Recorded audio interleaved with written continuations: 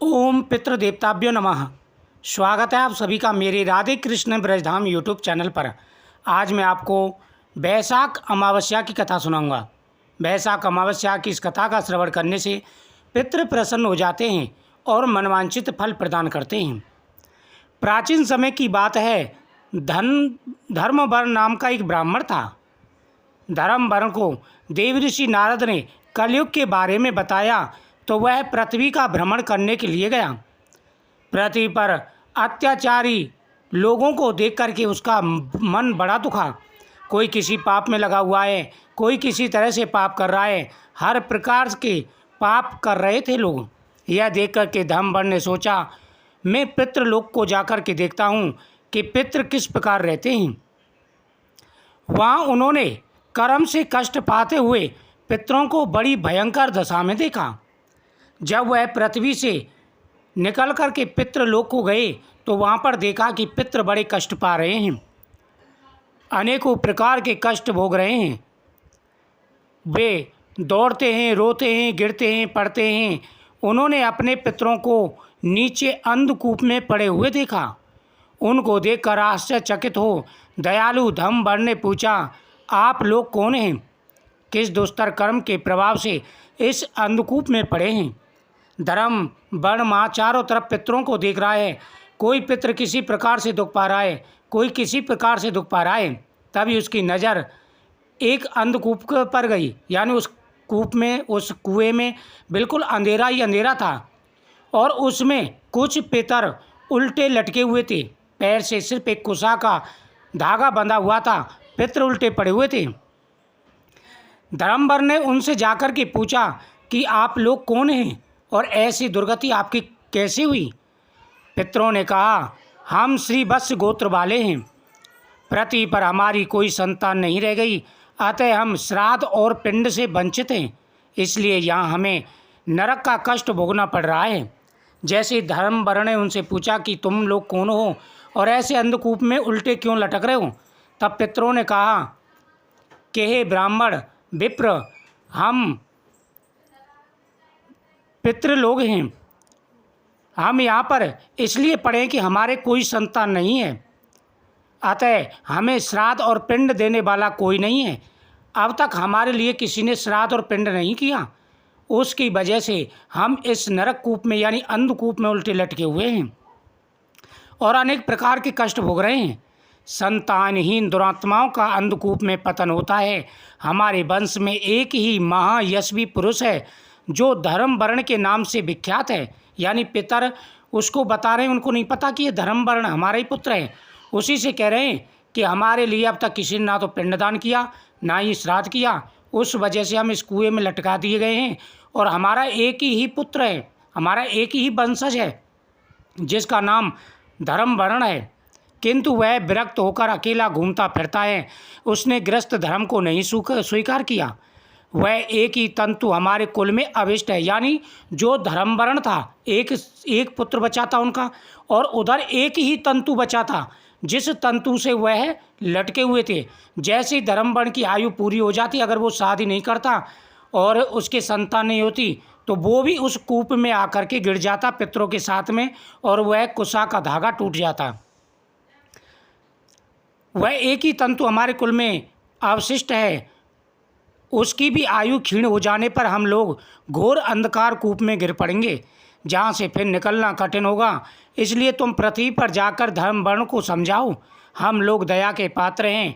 हमारे वचनों से उसको यह बताओ कि हमारी वंश रूपा ध्रुवा को काल रूपी चूहा प्रतिदिन खा रहा है।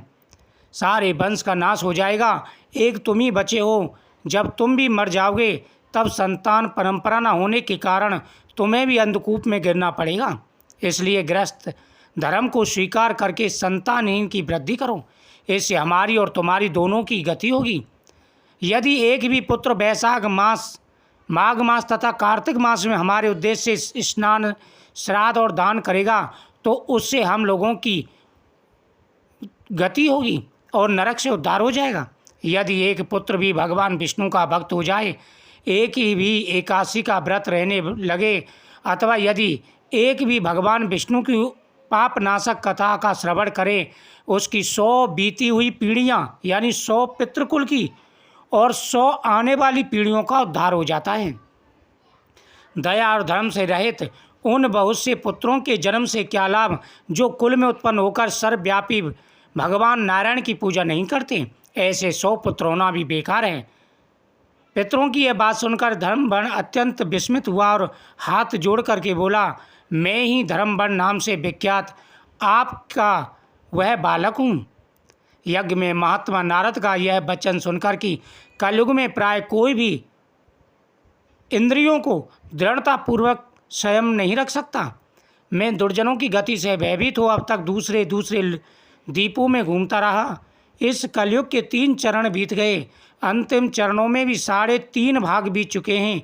मेरा जन्म व्यर्थ हो गया, क्योंकि जिस कुल में मैंने जन्म लिया उसमें माता पिता के ऋण को भी मैंने नहीं चुकाया। पृथ्वी के भारभूत उस शत्रुतुल्य पुत्र के उत्पन्न होने से क्या लाभ जो पैदा होकर भगवान विष्णु देवता तथा पितरों की पूजा ना करें। मैं आप लोगों की आज्ञा का पालन करूंगा।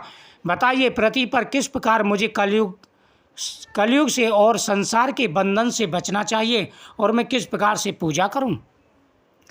धर्मवर्ण की बात सुनकर पितरों के मन में कुछ आश्वासन आया और बोले, हे बेटा, तुम गृहस्थ आश्रम स्वीकार करके संतान उत्पत्ति के द्वारा हमारा उद्धार करो। जो भगवान विष्णु की कथा में अनुरक्त होते हैं, निरंतर श्री हरि का स्मरण करते हैं और सदाचार के पालन में तत्पर रहते हैं, उन्हें कलयुग बाधा नहीं सताता। जिसके घर में सालग्राम की पूजा होती है, महाभारत की पुस्तक हो, गीता की पुस्तक हो, उसे भी कलयुग नहीं सताता। जो वैशाख मास के धर्मों का पालन करता है, माघ मास में स्नान करता है, कार्तिक मास में दीपदान करता है, उसे भी कल की बाधा नहीं सताती। जो प्रतिदिन महात्मा भगवान विष्णु की पापनाशक एवं मोक्षदायिनी दिव्य कथा सुनता है, जिसके घर में बलिदेव वैश्य होता है, शुभ करणी तुलसी स्थित होती है तथा जिसके आंगन में उत्तम गौ रहती है, उसे भी कलयुग नहीं सताता। अतः इस पापात्मा युग में भी तुम्हें कोई भय नहीं। बेटा, शीघ्र पृथ्वी पर जाओ और इस समय वैशाख मास चल रहा है, यह सब का उद्धार करने वाला है। सूर्य के मेष राशि में स्थित होने पर 30 तिथियां पुण्यदायी होती हैं। इस प्रकार धर्मवर्ण ने पितरों को प्रणाम किया, आकर के शादी की, उसके बाद में गृहस्थ आश्रम निभाया, उसकी संतान हुई और फिर उन्होंने संन्यास आश्रम ग्रहण किया। उसके बाद में आयु पूर्ण करने पर वह भी पितृलोक को गया और वहाँ पर खुशी खुशी रहने लगा। अमावस्या की इस कथा का श्रवण करने से अमावस्या की पूजा का फल प्राप्त हो जाता है। सभी को पितरों के निमित्त दान पुण्य अवश्य करना चाहिए। पितरों के नाम से तर्पण करें, ब्राह्मणों को भोजन कराएं, अन्न दान करें, जिससे पितृ प्रसन्न होकर का आशीर्वाद देते हैं और पितरों का उद्धार हो जाता है। ओम पितृदेवताभ्यो तर्प्यन्ताम, ओम पितृदेवताभ्यो नमः आदि मंत्रों का जाप करते हुए पूजा करें। ओम पितृदेवताभ्यो नमः।